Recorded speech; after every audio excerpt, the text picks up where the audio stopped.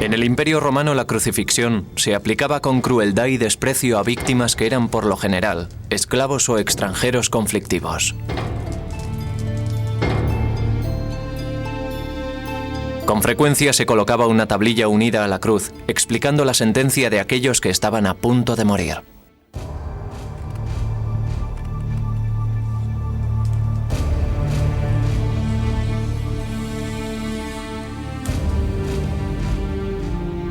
Esta es la historia de cómo una de aquellas ejecuciones, realizada en una remota provincia del Imperio Romano, se convirtió en la imagen central del cristianismo. Es también la historia de cómo el primer emperador cristiano de Roma, Constantino, cambió el aspecto del mundo cuando hizo trasladar desde Jerusalén lo que algunos consideran la auténtica cruz en la que fue crucificado Jesucristo. Y es la sorprendente historia de cómo puede haber sobrevivido 2000 años un pedazo de esa cruz, la tablilla con la acusación contra él. Tras la cruz verdadera.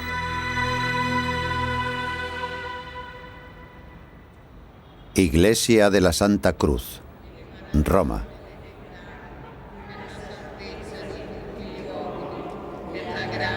Desde hace 700 años, la Iglesia Romana de la Santa Cruz guarda una pequeña y casi ilegible placa de madera. Aunque la mayoría de los estudiosos la han calificado de falsificación medieval, un historiador cree que puede ser realmente una parte del titulus. La tablilla clavada sobre la cruz de Cristo con la burlona frase dictada por Poncio Pilatos: Jesús de Nazaret, Rey de los judíos. Si eso es cierto, se trata de un objeto de valor inimaginable. Tenía que haber una inscripción en la cruz de Jesús. Era una costumbre romana. Cuando crucificaban a alguien, según la ley romana, la razón del castigo se indicaba en una placa de madera o similar. Como historiador, debo decir que todos los razonamientos, todos los indicios que podemos encontrar, que podemos reunir, nos llevan a la conclusión de que no se trata de leyenda o mito, sino de historia. El profesor Carsten es un experto en idiomas y textos bíblicos, y basa sus afirmaciones en el estudio de estos textos. El relato bíblico de la crucifixión de Jesús de Nazaret describe una ejecución romana típica. Fue una muerte lenta y dolorosa, como era usual en el Imperio Romano. La mayoría de los estudiosos aceptan que Jesús fue crucificado. Los historiadores modernos confirman que las crucifixiones son un hecho históricamente probado.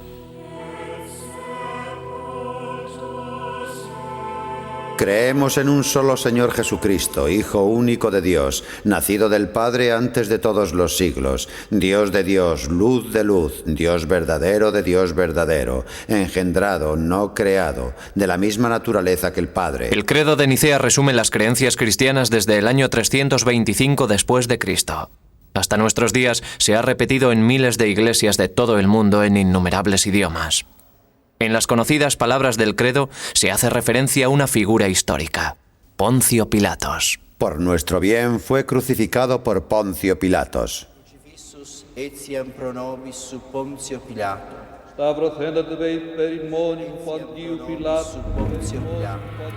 Fue crucificado por Poncio Pilatos. Poncio Pilatos presidió cientos de ejecuciones en la lejana provincia de Judea.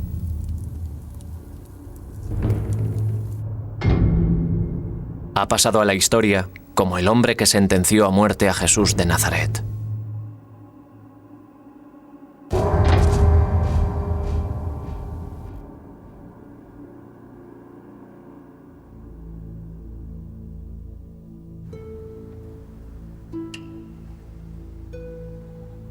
Este antiguo pedazo de madera, en el que aparecen unas de las palabras más fuertes y conmovedoras de la Biblia, en los últimos 600 años solo lo han sacado de su estuche 4 veces.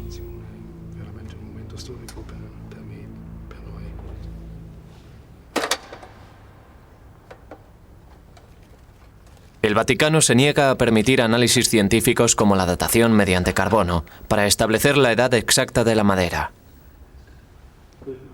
Pero basándose en el examen del texto, el profesor Tida cree que la inscripción fue hecha por orden de Pilatos el día de la crucifixión. Para Carsten Tida, es una ventana abierta hacia un momento de la historia que cambió el mundo para siempre.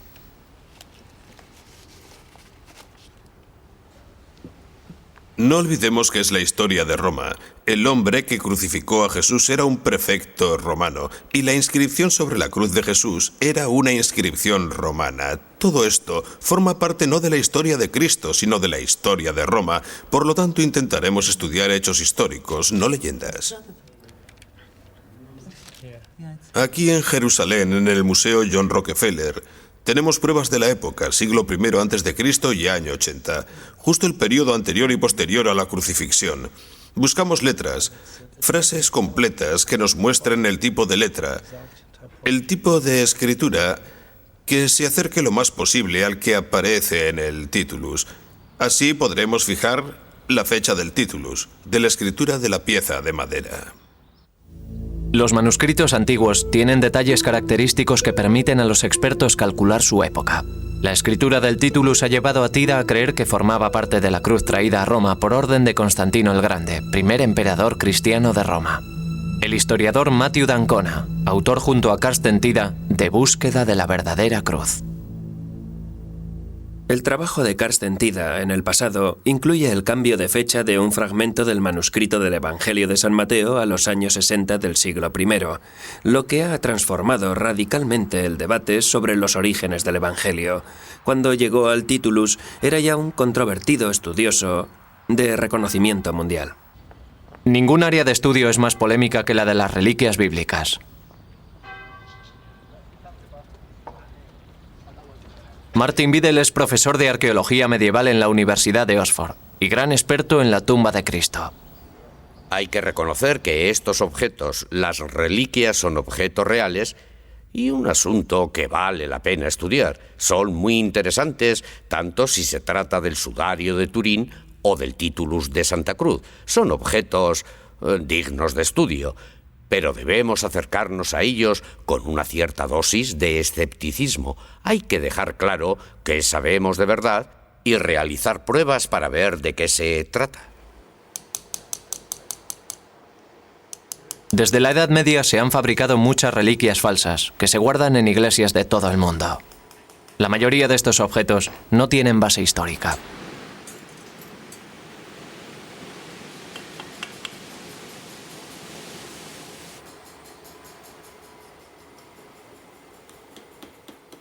Entre ellas hay miles de pedazos de madera, como este de la Santa Cruz de Roma, que se dice que es parte de la cruz del buen ladrón crucificado junto a Jesús.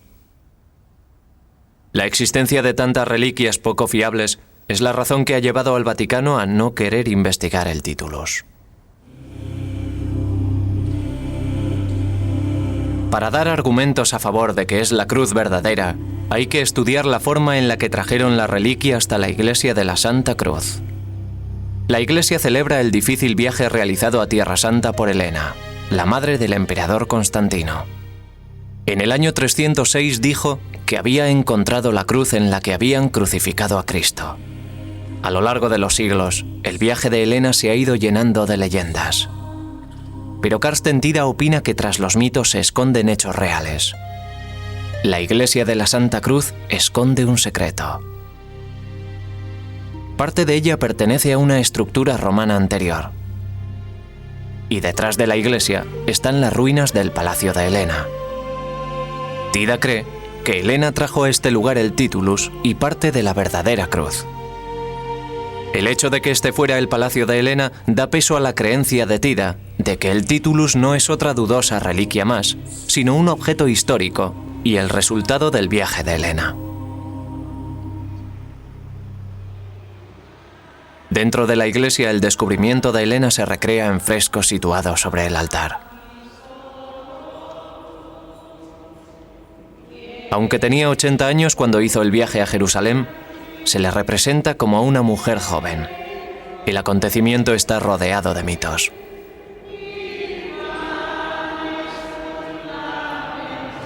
El viaje de Helena puede que comenzara aquí, y fue desde luego aquí donde vivió sus últimos días. Roma está llena de pistas que apuntan hacia la autenticidad del viaje de Helena. Cerca de la Santa Cruz está el poco visitado monasterio Cuatro Coronados.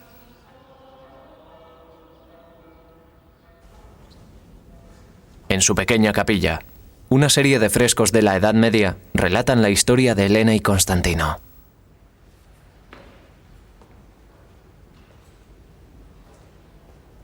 Tida cree que las leyendas se basan en el hecho histórico del viaje de Helena.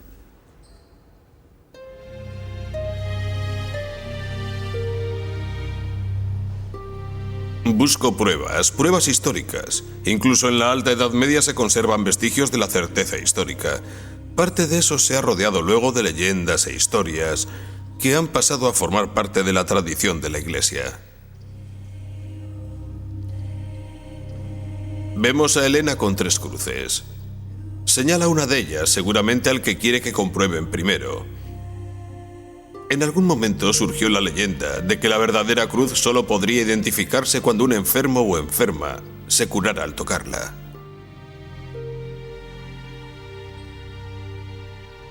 El siguiente paso es un misterio.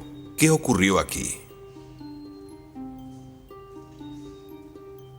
Es algo que no podemos ver. No sabemos nada más. Parte de nuestra búsqueda es averiguar qué ocurrió. ¿Era el titulus?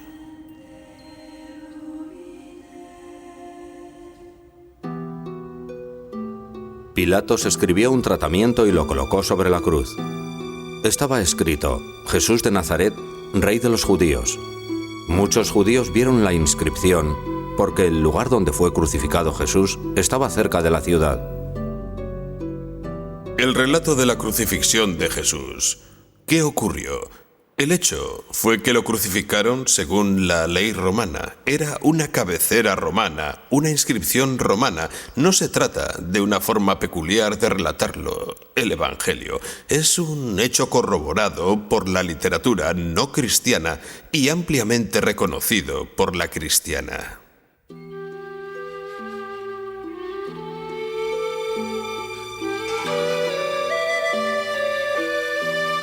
La sección del titulus que se conserva es solo una parte de la madera en la que se podía leer: Jesús de Nazaret, Rey de los Judíos. Podía leerse en 3 idiomas: hebreo, griego y latín, en ese orden. El orden de los idiomas no concuerda con las fuentes literarias que se conservan de los 4 evangelios ni con relato posterior alguno. Eso por sí mismo excluye la falsificación posterior. El falsificador copia obviamente un modelo que ya existe, pero todos los modelos, los evangelios y todos los demás muestran los idiomas en orden diferente. Para Tida esto demuestra que el titulus se escribió antes que los evangelios. En otras palabras, un falsificador seguramente hubiera copiado el orden en que aparecen los idiomas en los evangelios. Segundo, algo que se ve inmediatamente al mirar la pieza de madera es que la segunda y tercera líneas, las del griego y latín, están escritas de derecha a izquierda como el reflejo de un espejo. Escribir de derecha a izquierda era la forma hebrea de hacerlo. Era el sistema correcto para la primera línea, pero no para las que tenían el texto en griego y latín. Nadie hubiera pedido un titulus falso que estuviera tan mal hecho. Así que estos son 2 puntos de inicio, los 2 detalles que se ven inmediatamente. Observaciones directas que descartan la idea de falsificación. Al revés, la escritura en espejo se vuelve clara. Podemos leer: Jesús de Nazaret. Se considera a Tida el primer estudioso moderno en tomarse esto en serio. Supone que fue escrito por orden de Poncio Pilatos, por un escriba judío, acostumbrado a escribir de derecha a izquierda. Pudo ser alguien como Leonardo que escribía atrás con el reflejo de un espejo. Todo el asunto es muy extraño. Si hubiera sido grabado en el siglo XVI, se podría pensar que se imprimió al revés. Pero no fue así. Es un enigma. Carsten tiene razón al señalarlo. Es algo que necesita explicación. Tida cree que hay más pruebas de que el Titulus no fue escrito en época posterior. Esta letra es una abreviación utilizada en aquella época, pero que desapareció a finales del siglo I. Sabemos, por supuesto, cuándo se pudo hacer por primera vez. Fue el 7 de abril del año 30, cuando Jesús fue crucificado. Para la historia, para un historiador, un epigrafista, un papirólogo o un teólogo es una prueba brillante. ¿Sabes cuándo pudo empezar a hacerse? ¿Y sabes hasta cuándo pudo hacerse? Hasta que este tipo de escritura, esta forma especial de escribir hebreo, griego o latín desapareció. Tienes un periodo con principio y final, que en nuestro caso es el que queremos establecer, unos 30 años del siglo I. Si el Titulus no es una falsificación, el profesor Tida debería poder demostrar cómo llegó hasta Roma.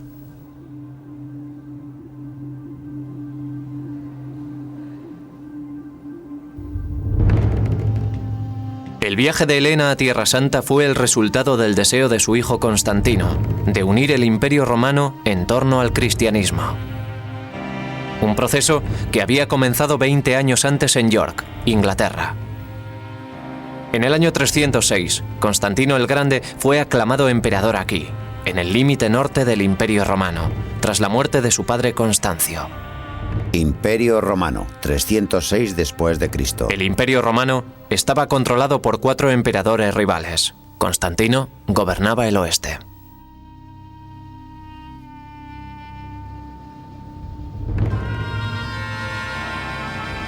Este fue el inicio de la campaña de Constantino para hacerse con el control de todo el Imperio Romano.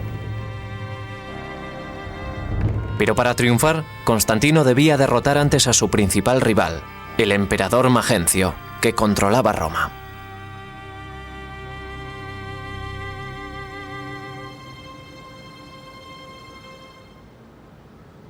Se trataba de matar o morir, de comer o ser devorado. El experimento de tener 4 emperadores en el Imperio Romano no iba a funcionar. Cuanto antes pusiera en marcha su plan y actuara, pasara a la acción, mejor sería para él y su familia.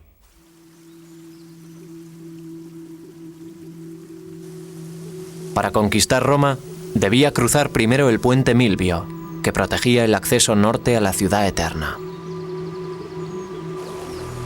Se dice que Constantino vio una cruz. Se cuenta que vio la cruz superpuesta en el sol. Su biógrafo Lactanio escribió: Constantino fue aconsejado en sueños que colocara el símbolo celestial de Dios en el escudo de sus soldados. Ordenó a sus hombres utilizar el símbolo cristiano primitivo, las letras griegas, chi y rho. Fue el primer caso de uso oficial de la cruz cristiana en el Imperio Romano, aunque no se alejaba mucho de los diseños romanos tradicionales. La imagen sugería que Constantino intentaba proteger su apuesta.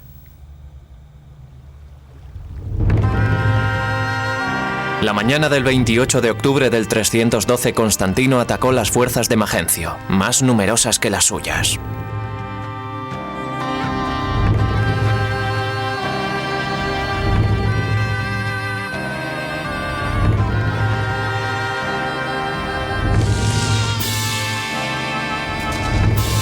Armado con el símbolo de la cruz, triunfó. Magencio cayó al Tíber mortalmente herido. Constantino era el dueño de Roma, la fuente del poder.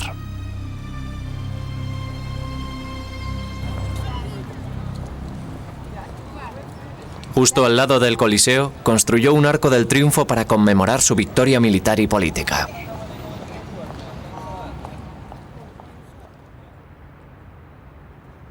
En el arco se describía a sí mismo como un verdadero romano, cómodo con las tradiciones romanas. Poco después de su victoria, detuvo la persecución del cristianismo. La única pista de sus propósitos fue este discreto tributo a la inspiración divina.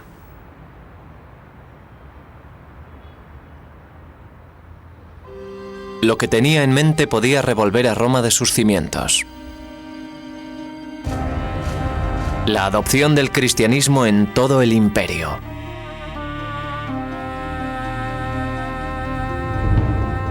Tras consolidarse, miró hacia Tierra Santa buscando un elemento común en la diversidad del imperio, algo que sirviera para mantenerlo unido. El cristianismo estaba floreciendo en Roma, y Constantino tenía la suficiente visión política como para saber hacia dónde soplaba el viento. Aquello fue el ocaso de los dioses romanos. En las catacumbas que se hallan bajo las calles de Roma, hay pruebas abundantes de que en la época en que Constantino se hizo con el poder, el avance del cristianismo era imparable. Los emperadores anteriores habían intentado acabar con él, pero el cristianismo iba reemplazando gradualmente a los dioses y símbolos romanos, algunos de los cuales aún se pueden ver aquí. Era un periodo de transición, y Constantino comprendió que no debía quedarse atrás con los dioses romanos.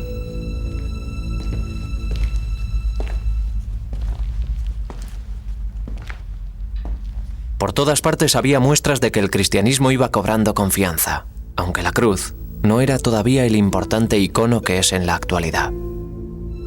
La cruz no era un objeto de veneración. Era una postura que se adoptaba en la oración. La postura en forma de cruz de los primeros cristianos hay que interpretarla. Significaba que como cristiano sigues a Cristo incluso al martirio, a la muerte. No había cruces. No había escenas de gente muriendo. Los símbolos y las inscripciones hablaban de esperanza en la resurrección.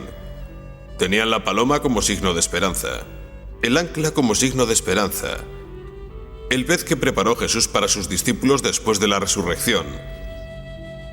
Y por supuesto tenemos el monograma de Cristo, las dos primeras letras de su nombre en griego. Lo que hizo Constantino, con mucha inteligencia, fue reinterpretarlos, asegurarse de que la gente entendiera el viejo sistema, los viejos símbolos, los viejos signos habían adquirido una nueva y profunda significación cristiana. La cruz se convirtió en su talismán, en el símbolo de su triunfo y de la unidad del imperio. El siguiente paso de Constantino fue convertir el símbolo en algo real. Para hacerlo, necesitaba la prueba de que el cristianismo era una fe basada en hechos históricos, lo que lo convertía en algo muy diferente a creer en los dioses romanos. El profesor Tida ha venido al Museo Británico en busca de Helena, que tuvo un papel fundamental en toda esta historia. Constantino consiguió el apoyo de esta extraordinaria mujer de 80 años, que fue a Tierra Santa a buscar la prueba que necesitaba.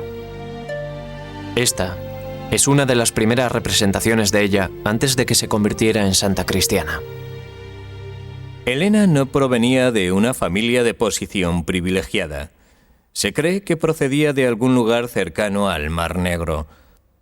Se la consideraba una intrusa, una advenediza, alguien poco digno de ser la primera esposa de un emperador respetable. Era un personaje que se había hecho a sí mismo y la movía una gran ambición, tanto en lo personal como en lo familiar. Helena fue una de las mujeres más extraordinarias que han existido jamás. El personaje que se muestra en los devocionarios católicos de una mujer pía, entregada a la oración, es engañosa. Creo que fue una política ruda e implacable que sabía exactamente cómo triunfar y estaba dispuesta a matar para implantar la dinastía de Constantino. Helena había sido la amante del padre de Constantino. Fue dejada de lado cuando llegó el momento del matrimonio de Constantino, pero se mantuvo cerca de su hijo durante la ascensión de este al poder. Constantino tenía que confiar mucho en ella, si la envió a Tierra Santa para que trajera una prueba concreta de la nueva religión. Estoy convencido de que desde la perspectiva histórica es una historia verdadera. Creo que fue a Jerusalén y encontró algunos objetos relacionados con el personaje histórico de Jesús. Helena tenía 80 años cuando comenzó el épico viaje a Tierra Santa. De todos los lugares que visitaba, llegaban emocionados informes de sus progresos. Estaba sucediendo algo totalmente nuevo en la historia. Era el primer peregrinaje real. El viaje de Helena a Tierra Santa fue la conclusión lógica de la estrategia de cristianización que ella y su hijo llevaban practicando durante más de una década. Tenían buenas razones para creer que encontrarían algo cuando llegaran a Jerusalén.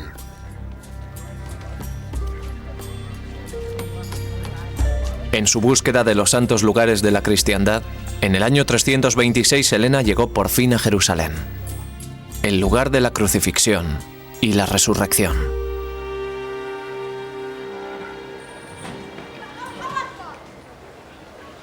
Actualmente muchos de los lugares han desaparecido o están enterrados tras 2 milenios de ocupación y reconstrucción.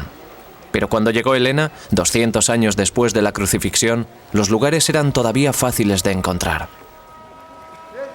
Demostrar que el Titulus es auténtico es vital para Carsten Tida, para probar que Helena buscó en los lugares adecuados. El tema de la autenticidad de los santos lugares conocidos, y sobre todo el de la tumba de Jesús, es un tema largamente debatido.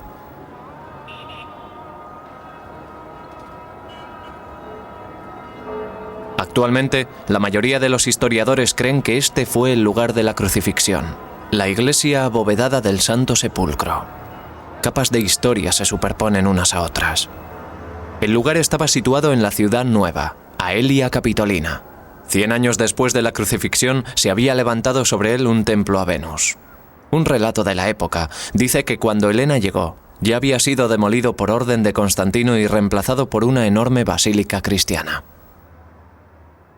Creo que cuando llegó Helena se encontró con que estaban demoliendo el templo romano y empezando a construir el gran complejo ordenado por Constantino. Hay una pregunta interesante. ¿Eligió el lugar correcto? La respuesta es que seguramente lo hizo, porque Eusebio había descrito 30 años antes el Gólgota, el lugar de crucifixión situado en Aelia, en la ciudad nueva, Aelia Capitolina, al norte del monte Sión, es decir, estaba en algún lugar de Jerusalén, dijo el que se señale ahora. Aquello fue 30 años antes de Constantino. Creo que fue un punto de Jerusalén muy conocido lo que guió las excavaciones de Constantino. Este es aquel lugar. Ahora lo ocupa la iglesia del Santo Sepulcro. Durante los primeros siglos de la cristiandad, el Gólgota, el lugar donde actualmente se alza la iglesia del Santo Sepulcro, no tuvo rival. Los lugares rivales se inventaron en el siglo XIX y comienzos del XX.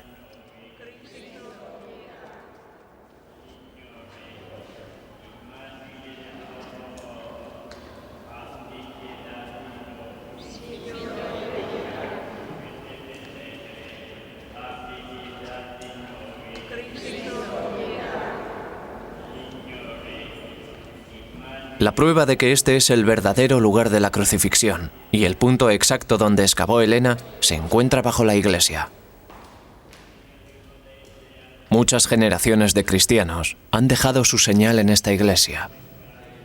Aquí, hace 1000 años, los cruzados grabaron cruces en las paredes. Bajo el Santo Sepulcro hay una pequeña y casi desconocida capilla. Hace 25 años, el arqueólogo israelí Magen Brossi descubrió un dibujo fascinante. Cuando entré estaba lleno de escombros. No estaba como lo ven hoy, pero estaba muy claro. Y una cosa es segura, los peregrinos eran del oeste latino. Peregrinos de Europa dejaron esta representación extraordinariamente clara de un barco típico de la época. Peregrinos que conocían este lugar mucho antes de la llegada de Helena. No hay ninguna duda de que esto es lo que se hacía hace 16 siglos. Hay una cita, Domine Ibimus, que hace referencia al Salmo 122, ¿no es así? Domine Ibimus, estamos aquí. Es un salmo de peregrinos. Eso tenían en la cabeza. Estaban agradecidos por haber sobrevivido a los peligros del mar. Estaban agradecidos al Señor y agradecidos a este santo lugar. No hay duda alguna, solo pudieron hacerlo cristianos. Para Tida, el dibujo nos cuenta una cosa más, que Helena llegó al lugar correcto. El lugar al que Helena peregrinó está a pocos metros de aquí, Se dice que descubrió las cruces enterradas en una mina o pozo. La historia del descubrimiento de la Vera Cruz por Santa Elena, que se convirtió en una de las grandes y hermosas leyendas de la Iglesia medieval, es simplemente una leyenda. No hay duda que realizó una peregrinación imperial hacia Oriente y que estuvo en Jerusalén, pero nunca se hace referencia a ella en relación a lo que hoy llamamos Iglesia del Santo Sepulcro. Seguro que estuvo allí, seguro que hizo donaciones del tesoro imperial, pero no creo que queden pruebas de que tuviera un papel importante en la reconstrucción de la iglesia o en el inicio de las excavaciones. Sea verdad o una leyenda piadosa, justo donde se dice que excavó Elena, hay un pozo. Es un lugar antiguo. Es una cisterna antigua bajo la iglesia del Santo Sepulcro. Estaba aquí mucho antes de que el cristianismo apareciera en escena.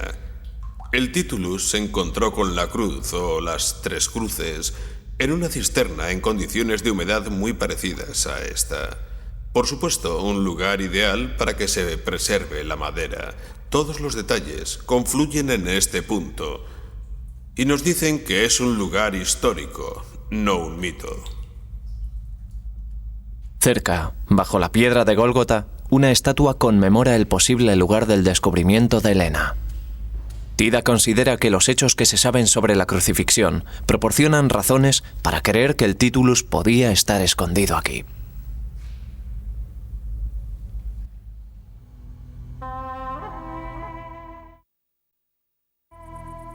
Tomaron pues a Jesús, y él, cargando con su cruz, salió hacia el lugar llamado Calvario, que en hebreo se llama Gólgota.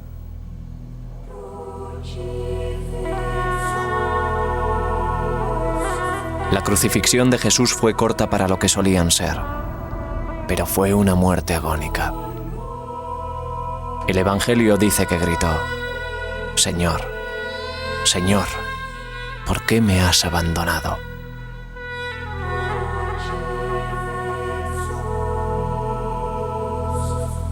Había varias formas de crucificar. Me refiero a que había cruces diferentes. La inventiva sádica del equipo de crucifixión variaba la forma de colocar el cuerpo en la cruz. Josias es un antropólogo físico afincado en Jerusalén que ha estudiado las técnicas de enterramiento en las tumbas antiguas. Es difícil saber si a Jesús le crucificaron con 3 o 4 clavos. La razón de que la mayoría de las representaciones cristianas muestren 3 se basa en la línea teológica del Padre, el Hijo y el Espíritu Santo, la Santísima Trinidad. El Deuteronomio describe que un hombre crucificado es considerado detestable por Dios. Así que cabría preguntarse si el cadáver de un criminal convicto pudo recibir un entierro judío. Hay una prueba concluyente. Los restos de la crucifixión de Jesús se hallaron en este osario, llamado Yohohanan. En 1968 hubo un descubrimiento arqueológico en Jerusalén. Fuera de Jerusalén encontramos una tumba judía. Osarios judíos de la época de Jesús. ¿Qué encontramos allí? Encontramos esto: calcáneo, el hueso del talón derecho. Vemos claramente el clavo que entra de forma lateral en el talón. Si mira atentamente aquí, puede ver que hay una placa de madera. Todavía quedan pruebas después de 2000 años. Todavía quedan restos de la madera. La madera actuaba de argolla. El clavo atravesó el talón y al entrar en la madera seguramente tropezó con algo duro, como un nudo. Se dobló. Cuando bajaron al sujeto de la cruz fue imposible quitarle el clavo. Así que le enterraron con el clavo en el pie. Este hombre habló con Pilatos y le suplicó que le entregara el cuerpo de Jesús. Después de descolgarle, le envolvió en una sábana y le puso en un sepulcro excavado en la roca en el que nadie había sido puesto todavía.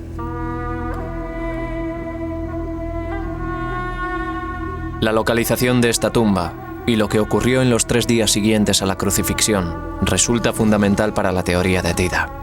Por las investigaciones realizadas durante los últimos 100 años, sabemos que el lugar conocido como la Iglesia del Santo Sepulcro es un antiguo cementerio judío, un cementerio de tumbas excavadas en la roca, usado entre el siglo I antes de Cristo y el siglo I después de Cristo. Por tanto, es posible que hubiera un sepulcro recién excavado en la roca, José de Arimatea, donde ahora está la iglesia. Es una posibilidad razonable. José de Arimatea pidió explícitamente a Pilatos que le permitiera bajar a aquel hombre de la cruz y enterrarlo. Por tanto, pudo ser la persona que cogió y guardó la inscripción para pasársela a algún miembro de la familia de Jesús, como María, que estaba allí. Pero el Evangelio también cuenta que Jesús se alzó de la muerte, que la tumba apareció vacía con la piedra desplazada. Aunque no puede estar seguro, el profesor Tida cree que el titulus y la cruz permanecieron en Jerusalén cerca de la tumba de José de Arimatea, y que los cristianos lo sabían. Cree que los objetos sagrados estaban enterrados bajo la ciudad romana cuando Helena los encontró en el 326. Hemos oído decir que durante la demolición del templo romano se removieron tierra, piedra y madera. Yo lo veo de una forma simple. Se encontraron algunos pernos de madera durante la construcción de la iglesia de Constantino. Era un complejo enorme, no una simple iglesia. Y la certeza de las pruebas que aquella gente necesitaba no era el tipo de certeza que buscamos actualmente. Había gran cantidad de vigas de madera y supongo que alguien dijo: «Dios mío, ¿qué puede ser esto? Mirad dónde estamos. Tienen que ser fragmentos de la verdadera cruz». Puede que parezca tonto, pero no creo que sea tonto. Muestra simplemente otra actitud.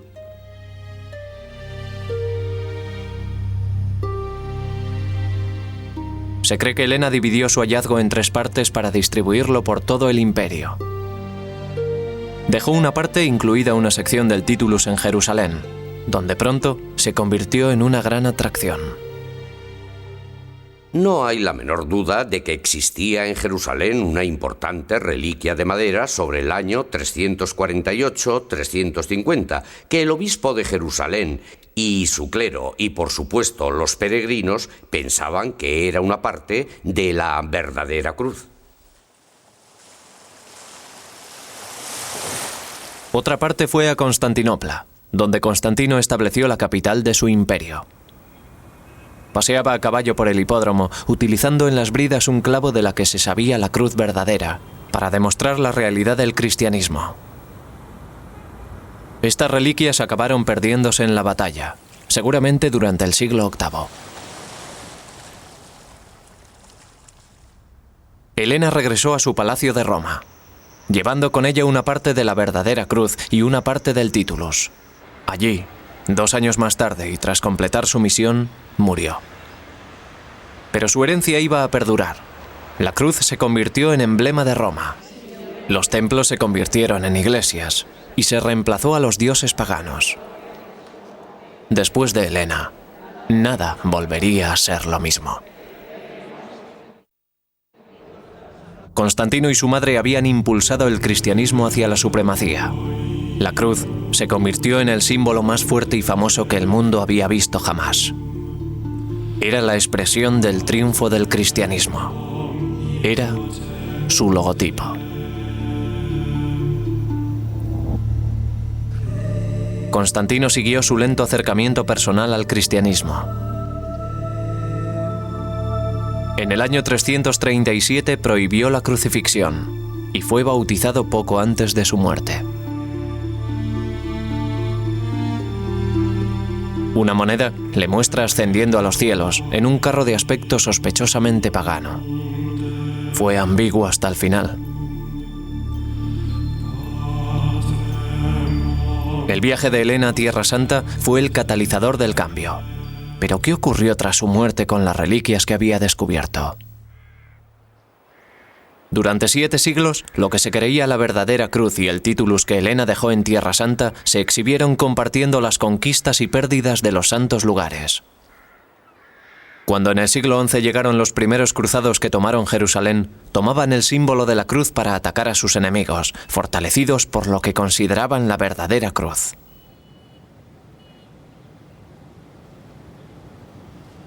Establecieron a lo largo del Valle del Jordán una red de castillos para proteger los santos lugares de la invasión de las fuerzas musulmanas.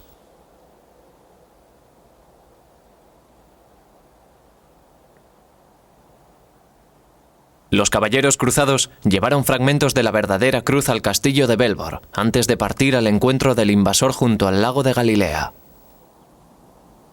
En 1187 se luchó en Hattin una terrible batalla. En ella, Saladino, general de las tropas musulmanas invasoras, derrotó al ejército de los cruzados cristianos comandado por el obispo de Acre, que había acudido a la batalla, llevando la cruz verdadera. Relato musulmán de la batalla. La caballería cargó una y otra vez entre la neblina reverberante. Atormentaba la sed. Ardía el viento y los corazones estaban ansiosos. Los perros dejaban colgar sus lenguas y aullaban bajo el ardiente sol. Deseaban llegar al agua, pero había que cruzar antes un infierno en llamas. Un insoportable calor se apoderó de ellos. La verdadera cruz ardió y se creyó perdida para siempre. El bien más preciado de la humanidad quedó reducido a cenizas.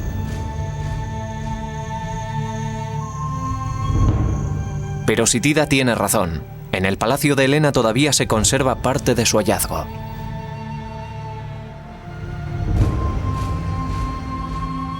El Titulus permaneció oculto desde el 326 hasta que fue descubierto en 1492, tras este fresco de la capilla de Helena. Estaba oculto en un cofre, detrás de esta piedra. El descubrimiento del Titulus despertó un enorme interés. El gran Miguel Ángel en persona inspeccionó la tabla y realizó su único crucifijo en madera, imitando la misteriosa escritura inversa.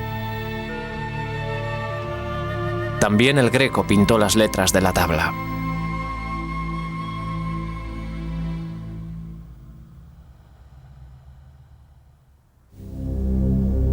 Y esta es la misma pieza de madera a la que Carsten Peter Tida ha seguido la pista hasta el Gólgota, el lugar de la crucifixión. Todavía se distingue con claridad las líneas en griego y latín, y lo que queda del hebreo. Y hay restos que pueden ser del pigmento blanco y rojo que usaban los romanos para colorear estas cabeceras. Se trata de madera de nogal, corriente en los tiempos romanos y que se encuentra por todo el Mediterráneo. Se trata de la tabla que Poncio Pilatos ordenó poner hace 2000 años sobre la cruz de Jesús para burlarse de él, proclamándole rey de los judíos.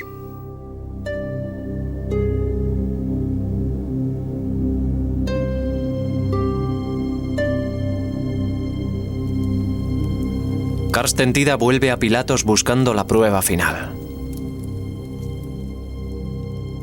Esta es la única piedra que se ha encontrado con el nombre de Pilatos.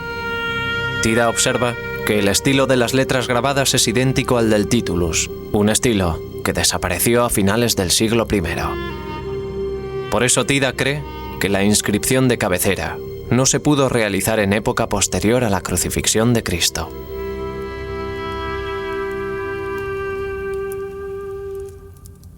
Estoy totalmente convencido de que el Titulus es la inscripción auténtica de la cabecera de la cruz de Jesús. Por supuesto, no es una fórmula matemática, no puede probarse como 2 por 2 son 4, no puede hacerse con temas de la antigüedad. Nunca sabremos si Alejandro Magno desató el nudo gordiano o si César cruzó alguna vez el Rubicón, pero hasta ese grado de certeza o incertidumbre, estoy convencido de que era el Titulus lo que estaba encima de la cabeza de Jesús en la cruz. Independientemente del verdadero origen de esta pequeña pieza de madera, con las palabras más poderosas del Evangelio grabadas en ella, y de la exactitud del análisis del profesor Tida, es indiscutiblemente cierto que Constantino y su madre cambiaron para siempre el curso de la historia. Fueron ellos quienes propagaron por todo el mundo el símbolo de la cruz. Y fueron ellos quienes convirtieron una ejecución realizada en un oscuro rincón de Roma en la imagen de la redención cristiana. Lo que Carsten Tida ha demostrado, más allá de toda duda, es que no se trata de una falsificación medieval. Ha obligado a la gente a preguntar ¿qué es esto? Una pregunta que llevaba siglos sin plantearse. Eso es lo emocionante de su trabajo. No ha encontrado la respuesta irrefutable que satisfaga a todos. No existe esa respuesta para un objeto así. Pero ha obligado a la gente a hacerse preguntas ¿qué es este pedazo de madera? ¿De dónde ha salido? Eso es lo extraordinario de su labor.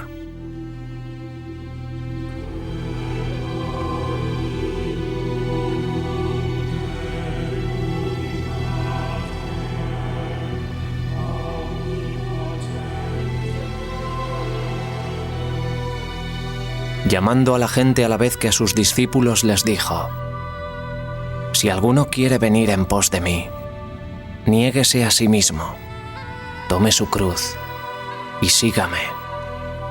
Porque quien quiera salvar su vida, la perderá. Pero quien pierda su vida por mí y por el Evangelio, la salvará. Sin datación, el origen del Titulus no es definitivo. Gracias al profesor Tida, el Vaticano analizará el Titulus de la Santa Cruz.